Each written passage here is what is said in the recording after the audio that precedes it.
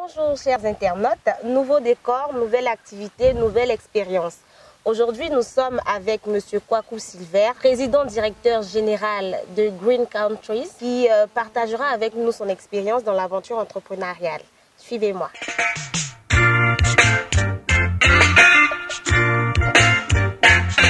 Travailler c'est trop dur, voler c'est pas beau, mener la charité, c'est quelque chose que je ne peux plus faire.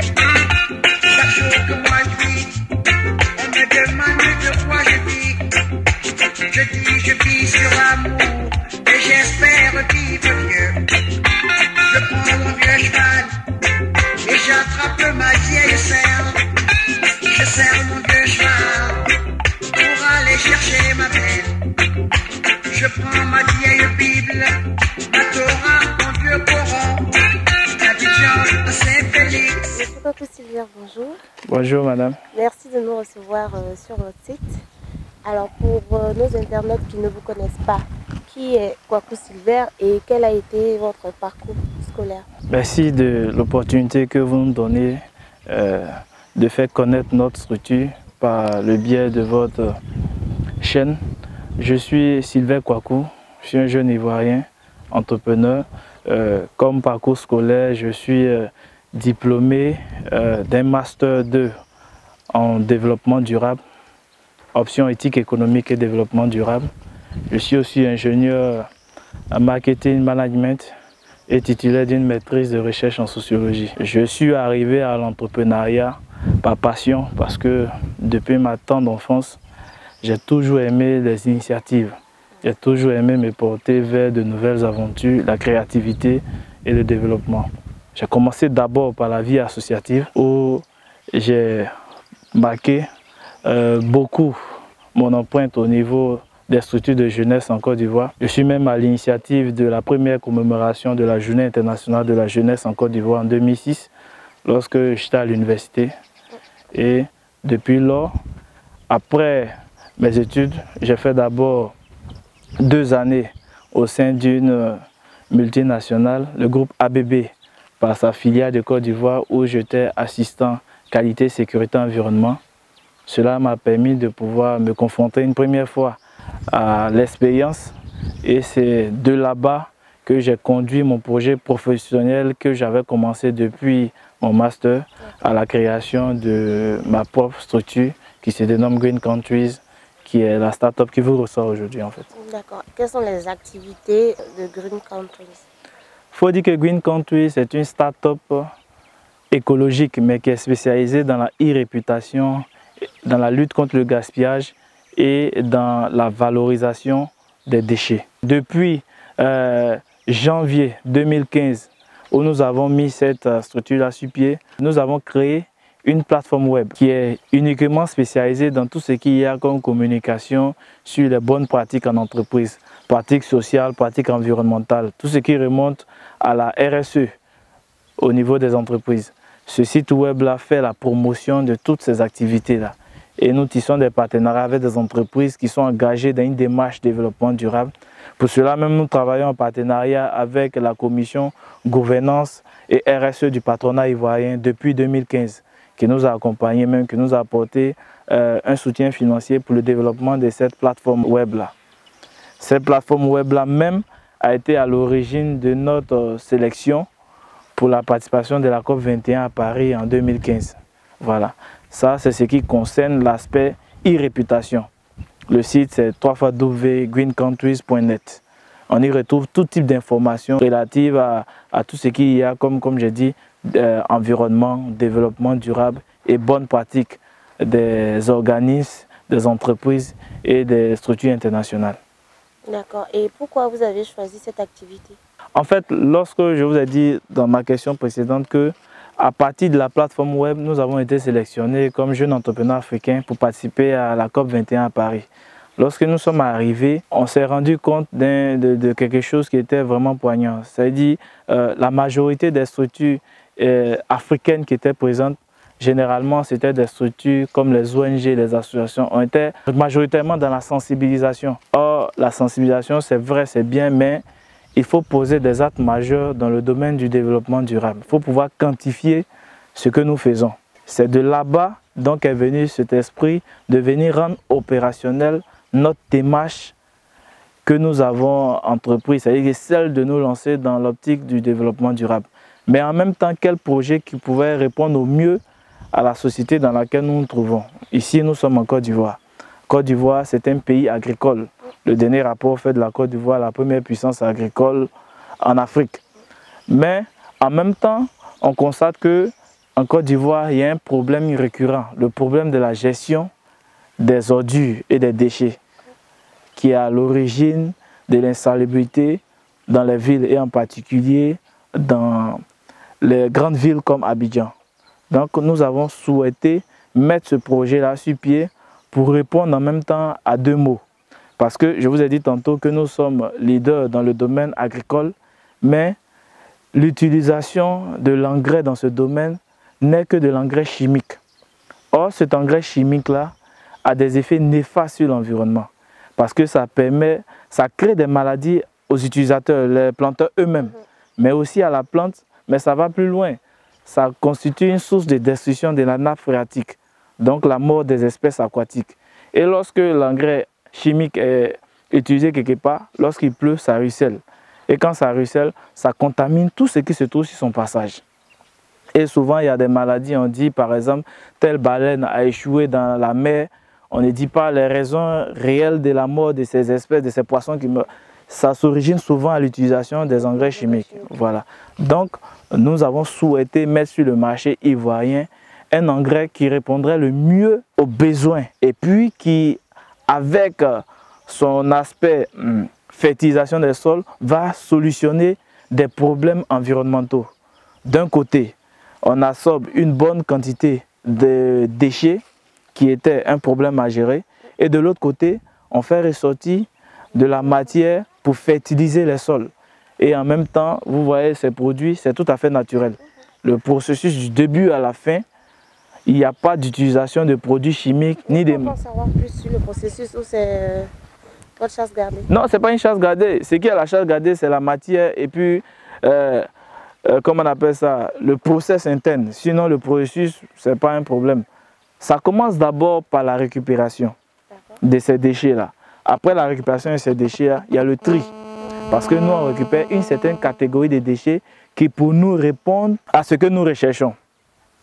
Donc, ce sont des déchets, par exemple, qui sont riches en humus, qui peuvent se décomposer à partir de la matière organique qui les contient pour devenir de l'engrais. Donc, nous travaillons avec ces déchets que nous récupérons. La première phase, c'est la récupération. Après la récupération, il y a le tri.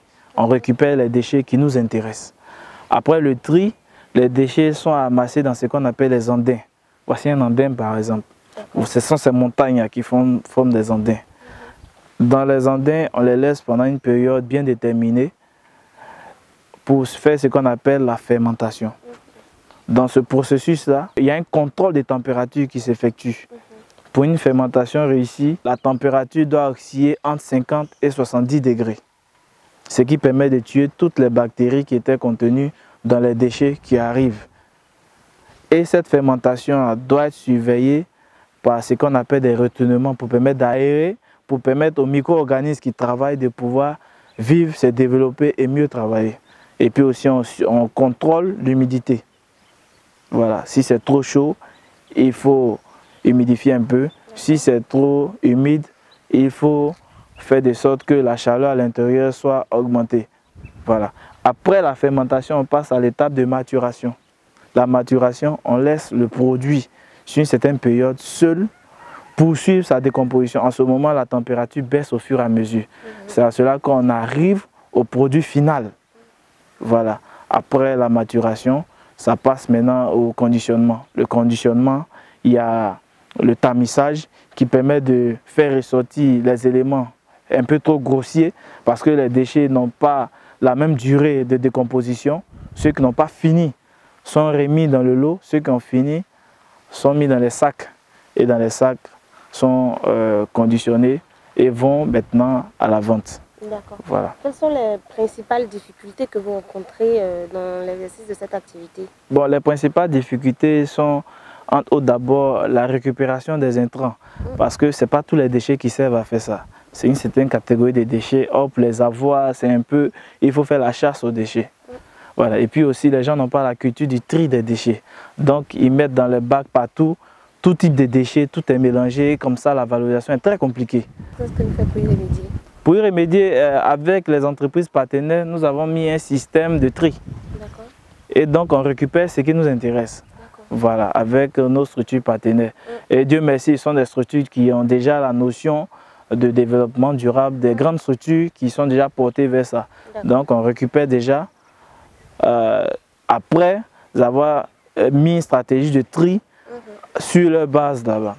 Maintenant, en dehors de ça, c'est que les autres difficultés inhérentes sont au niveau de l'employabilité.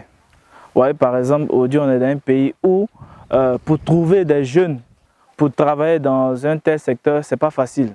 Parce que certains vont trouver que c'est un métier qui n'est pas glamour, c'est un métier qui est un peu salissant, parce que c'est différent, ce n'est pas les costumes, ce n'est pas les bureaux. Mais ils ne vont pas voir un peu la manne qui sort en bas, ils vont voir le truc. Donc c'est un peu le problème aussi, bon, ça c'est un problème général, hein, c'est la conception que nous avons de la production. Je vous prends un petit exemple. Lorsque nous avons mis le projet sur pied, on cherchait par exemple à avoir des machines. Une petite machine qu'on appelle couseuse, qui permet de coudre les sacs lorsqu'ils ont le contenu. Mais pour avoir simplement une couseuse, on a fait le tour de presque tous les magasins, les Bernabé, tous les grands magasins que vous connaissez. Mais cette machine n'existe pas ici. Parce qu'en réalité, on est dans une société de consommation. Donc tout ce qu'il y a comme machine de ce genre, les gens disent que quand ils envoient, ça ne sort pas. Parce que... Voilà. Parce que qui seront les utilisateurs? Donc c'est un peu pour dire que les difficultés sont là aussi.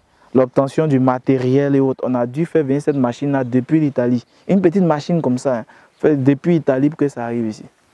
Donc c'est pour montrer un peu les difficultés qui sont dans ce domaine. Parce que là, vous voyez, au niveau de la fabrication de l'engrais organique, les machines ne peuvent pas intervenir dans le processus. Sinon, ce n'est plus de l'engrais organique parce que la décomposition doit se faire naturellement. Mais au début et à la fin, il faut des machines. Parce qu'au début, quand, j'ai omis de le dire, quand les déchets sont trop grossiers, il faut les broyer. Nous, on les fait broyer d'abord avant que ça ne vienne ici. Mais par contre, à la fin du processus, pour pouvoir fermer les machines, pour les fermer, là, c'est ici, ça se trouve. Voilà. Et depuis 2 ans que votre structure elle existe, vous avez de gros partenaires. On ne va pas citer de nom pour ne pas faire de publicité gratuite. Comment est-ce que vous êtes arrivé à gagner la confiance de ces partenaires-là? C'est d'abord, faut dire, comme vous avez dit, les gros partenaires ne s'engagent pas comme ça. Il y a d'abord le sérieux que nous mettons dans l'activité que nous faisons, la passion, la détermination et puis le courage qui accompagne ça. Et nous, aujourd'hui, quand on approche une grosse structure, on est d'abord lancé dans une démarche de confiance. On met la structure au défi par rapport à quelque chose de bien précis. Il y a par exemple une grosse structure de la place qui a voulu que ces déchets soient récupérés pour être transformés en engrais pour qu'elle puisse redonner à ses planteurs. Elle a essayé avec des industriels, mais ça n'a pas marché. Eux, ils trouvaient que les déchets étaient trop mouillés ou ce genre de choses. Mais nous, on est arrivé, on a fait la proposition de nos services, ça a marché. Ouais, ça attire la confiance, on va dire, c'est une grande structure, mais on a réussi à faire ce que certains n'ont pas pu faire. Donc c'est avant tout le sérieux que nous mettons dans notre affaire. D'accord. Comment se fait la commercialisation de l'engrais une fois D'abord, on a identifié les clients potentiels, la cible. La cible, elle est diversifiée, comme vous avez dit, parce qu'on est dans un pays agricole. Il y a d'abord les entreprises agricoles, il y a les coopératives agricoles, il y a les coopérateurs eux-mêmes, il y a les professionnels du potager, il y a les conseils régionaux et il y a les institutions internationales. Donc nous, pour le moment, comme nous sommes encore dans toujours le début de l'activité, on est d'abord greffé sur les industriels et les coopératives. Et c'est au fur et à mesure que nous allons essayer d'étendre en suivant bien sûr le rythme de production. Parce que là, par exemple, nous sommes en moyenne à une production de 40 tonnes par mois. Or, l'engrais pour une plantation de 1 hectare, si je vous prends par exemple l'ananas, pour une plantation d'1 hectare, c'est 7 tonnes et demie. Ouais. C'est pour le cacao, par exemple, que c'est 3 sacs, mais ça dépend de la culture. Donc, si vous avez la chance d'avoir un partenaire qui est lui seul peut absorber votre production, avant d'aller vers d'autres personnes, il faut que vous pensiez d'abord à augmenter votre capacité de production.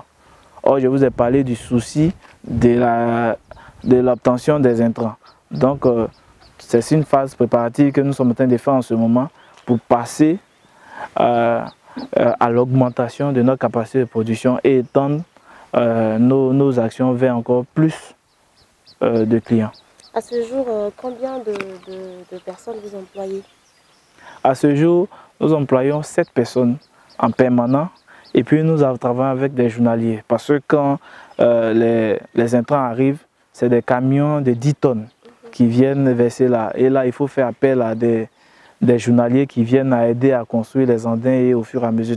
Parce qu'aujourd'hui, il y a un truc, vous voyez ce andin qui est tout près là, par exemple, là, à sa constitution, ce n'est pas cette taille qu'il avait. Parce que les déchets, lorsque vous avez par exemple 10 tonnes de déchets, pour qu'il devienne un produit fini, il sera environ 3 à 4 tonnes au maximum.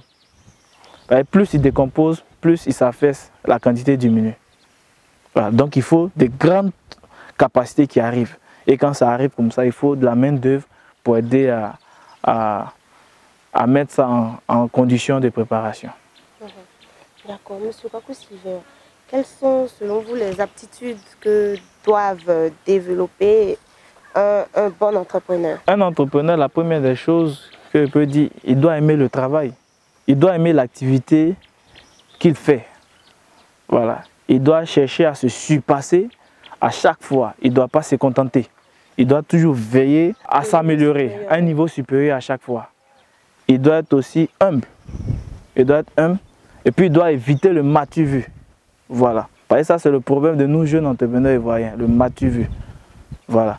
Il doit se baser sur la grandeur de l'entreprise et puis ce que l'entreprise génère comme chiffre d'affaires et bénéfices. C'est de là qu'il doit tirer sa satisfaction. Le reste, ce n'est pas important. Nous, aujourd'hui, à Green Countries, notre objectif, nous sommes en train d'acquérir une bâchée pour pouvoir faciliter certains transports. Mais si on se met dans une stratégie de m'as-tu vu, au lieu de la bâcher, c'est une autre voiture personnelle pour pouvoir truc. Or, il faut finir de satisfaire tous les besoins de l'entreprise et avant de se faire plaisir à soi-même. Voilà. Or, c'est l'envie du m'as-tu vu qui nous pousse à changer de démarche. Alors, si la réussite, elle était le résultat d'une formule à 3 éléments, que seraient ces éléments pour vous? Travail, rigueur, humilité. Travail, comme j'ai dit, il faut être passionné de ce que nous faisons. Dans tous les domaines, on a l'exemple devant nous. Aujourd'hui, par exemple, je prends un domaine que tous les jeunes connaissent, le football. Les 2 meilleurs joueurs aujourd'hui, ils sont des passionnés. Et depuis longtemps, ce sont eux qui dominent. Sinon, il y a d'autres aussi qui ont le talent. Mais c'est eux la passion qui fait qu'ils sont toujours meilleurs. Donc, il faut travailler avec passion. Il faut trouver de la joie dans ce qu'on fait. De 2, il faut être rigoureux. Quand on est rigoureux, c'est sur le système de gestion. D'abord, gestion des ressources humaines, gestion financière, gestion de tout ce qu'il y a comme moyen pour ne pas perdre de vue l'essentiel. Surtout quand on est jeune entrepreneur et qu'on sait que l'accès au financement n'est pas chose aisée sous nos tropiques. Donc, quand on réussit à faire des ventes et qu'il y a un certain bénéfice qui est là, il faut se dire, il faut toujours planifier. Parce qu'il y a des imprévus, il y a ce qui est prévu.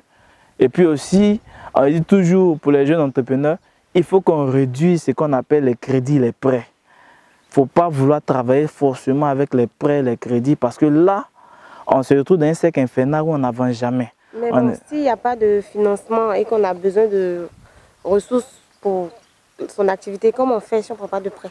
Mais là, ça montre la capacité de l'entrepreneur, c'est là. Nous, on a commencé l'activité sans moyens. Quand on commençait l'année passée, on était sur une superficie de 100 mètres carrés à Yopougon. Et à 100 mètres carrés à Yopougon, là-bas, comme l'activité relevait de l'innovation, nous sommes passés à l'émission Made in Africa. Là, tout le monde est venu nous trouver là-bas. Sur la superficie de 100 mètres carrés. Il n'y avait pas de moyens. On a vu la mairie qui nous a donné un petit espace. On a contacté certains partenaires qui nous fournissaient des intrants. Et on a commencé à faire sortir les premiers produits. Les premiers produits, on a tissé un partenariat avec un laboratoire pour faire l'analyse. Donc, il nous a fait l'analyse à un prix vraiment dérisoire. On a promis qu'à avec la grandeur de l'entreprise, on va toujours faire les analyses avec eux.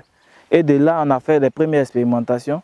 Ce sont les premières ventes qui nous ont permis d'avoir cette parcelle-là. Et là où on se trouve, on vient d'acquérir la parcelle qui est à côté ici aussi. Ça, c'est 600 mètres carrés. On prend 600 mètres carrés, ça fait 1200 mètres carrés. Et on doit lancer une construction d'un autre magasin. Par exemple, le magasin que vous avez visité tout à l'heure, devenir exigu, il va devenir un bureau, ainsi de suite. Donc, je veux dire que c'est étape par étape, un peu. Parce que quand on traverse toutes les difficultés, on se rend compte de ce qu'il y a de positif dans l'activité et ce qu'il y a de négatif. Mais si dès le départ, on nous avait octroyé une forte somme et qu'on avait lancé, on ne saurait pas quelles sont les difficultés. Quand on a commencé, on a cru que pour que le produit soit prêt, quand on a fait les recherches, nos formations, on nous disait qu'environ 6 à 5 mois. Mais quand on s'est mis dans l'activité, on a vu que ça n'a rien à voir avec la réalité. Parce que ceux qui ont fait l'estimation sont en Europe. L'Europe, là-bas, la température est différente d'ici. Et chaque saison a son temps qu'il met pour la maturation. C'est à la partie qu'on découvre tout ça et puis on fait des restrictions budgétaires et au fur et à mesure, on va d'une étape A à une étape B. D'accord, donc après le travail et la rigueur, il y avait quoi? L'humilité, comme j'ai dit là. Voilà. Ça, ce sont nos parents qui nous apprennent ça. On ne doit pas te voir venir en fait. Voilà. Profil bas, travail seulement. Alors, M. Kwaku Silver, nous sommes au terme de notre entretien. Si vous avez un conseil à passer à la jeunesse ivoirienne en particulier et africaine en général, que serait ce conseil? En tant que jeune ivoirien, je dis que je suis moi aussi concerné par ça. Je ne dis pas que j'ai la prétention de pouvoir conseiller mes amis parce que je ne suis pas mieux qu'eux. Il y a certains qui ont de meilleures idées que la mienne et qui ont des aptitudes meilleures que les miennes. Mais je dis, il faut qu'on se lève de l'étape d'idée à l'opérationnalisation. Parce que c'est à travers la mise en œuvre qu'on rencontre les difficultés, mais aussi qu'on rencontre le succès. Voilà. Il ne faudrait pas qu'on se laisse abattre par la situation sociale du pays, par la situation, tout ça. Il faut qu'on se dise qu'on a notre avenir à défendre. On se met au travail, on travaille en respectant la réalité, en allant étape par étape. On arrête de trop rêver, mais on se met dans une dynamique de travail. Et il n'y a pas de possibilité, il n'y a pas véritablement de choses qui vont nous empêcher de réussir. Parce que la jeunesse ivoirienne et africaine en général, c'est une jeunesse qui a beaucoup de capacités, qui a beaucoup de qualités et qui a beaucoup en elle. Mais ces capacités ne sont pas encore extériorisées. Il faut qu'on sorte de tout ce qu'il y a comme le bling-bling et qu'on se mette sérieusement au travail. Les résultats vont suivre. Bon, vous voyez ce tendin là, il est recouvert de boue en fait. Il est recouvert de boue. Mais tout juste en bas de la boue, il y a au moins 7 différentes catégories d'intrants qui sont là. Les intrants, c'est les différents types de déchets qu'on récupère.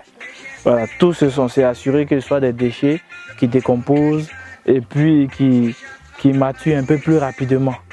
Parce qu'on a les délais aussi de livraison, donc il faut prendre des déchets qui décomposent un peu plus rapidement et puis qui sont à la fois riches. Voilà. Ici par exemple, on les a mis ensemble. Là aussi, ici c'est les mêmes compositions. Les deux types, ils sont recouverts tous de boue. Voilà. Il y a une autre catégorie de déchets qui, eux, sont en train de maturer à côté, qu'on prendra pour ajouter. Par exemple, vous voyez là-bas, ce sont des déchets riches en potassium, ce que vous voyez là-bas. Eux, ils sont là-bas, ils sont en train de maturer, ça fait à peu près 3 mois. Dans 2 semaines, ils seront ajoutés aux deux là. Ouais. Maintenant ici, la couverture, ce sont des déchets riches en azote, ce qui couvre. Quand on met ça, c'est tout juste pour que ça puisse développer de la chaleur à l'intérieur. Ça, c'est à un certain moment aussi que c'est fait. Et quand ça développe de la chaleur à l'intérieur, ça crée un certain nombre de bactéries. Ça les permet de se développer et puis ils travaillent en puissance. Cette étape-là, elle est suivie par cette étape-là. Ouais. Ça, c'est la deuxième étape. Et puis, par exemple, vous verrez, vous pouvez venir, vous allez voir un andin qui est pratiquement mûr. Mais au passage, ici, je peux vous montrer. Hein, pour montrer un peu la diversité de nos intrants. Et ici, ce sont les essuie-tout vont devenir à la longue de l'engrais aussi. C'est-à-dire que tout ce qui vient de la terre et pas à la terre, parce que c'est fait à la base avec le bois, donc ça peut retourner à la terre. Ça, c'est la dernière étape. Voilà. C'est quand ça quitte ici que ça va au tamisage maintenant. Ça, c'est un produit qui est à maturation. À maturation. Donc on fait les mélanges un peu et puis ça passe à truc. Vous voyez qu'il y a des éléments qui n'ont pas encore fini les décompositions. C'est comme ça. Eux, ils seront récupérés pour être remis dans le processus. Voilà. Donc ça c'est à maturation. Lui aussi, la maturation, mais il n'a pas encore été touché. Vous voyez un peu. Voilà. Donc quand c'est à maturation, c'est comme ça. Il n'y a plus de chaleur, vous voyez. Quand on ouvre, il n'y a plus de vapeur qui se dégage. C'est un peu le processus qui est là. Donc ça, c'est la maturation. Vous voyez la pelle qui est là. Donc quand on quitte ici, les éléments qui quittent là-bas viennent au tamis ici. Et comme il dit, les gros éléments, les éléments assez grossiers qui ne sont pas prêts, retournent. Et ce qui est prêt, ça passe entre les mailles. Et c'est ce qui est en sachet pour être commercialisé. Et puis ici, voici l'étape finale. Regardez, voici l'étape finale. Le sac de 50 kg. Donc de Green Country Compost. Parce qu'en fait l'engrais organique c'est du compost. Voilà. C'est le nom du produit Green Country Compost. L'engrais organique. Bon, vous voyez un partenaire aussi et puis notre logo et puis les références. Donc, quand vous voyez ça sur le marché, c'est quitté ici. Actuellement dans le magasin, il y a environ 17 tonnes. Merci, monsieur Kwaku. Merci, madame. Magic Builder, notre souci, votre bien-être.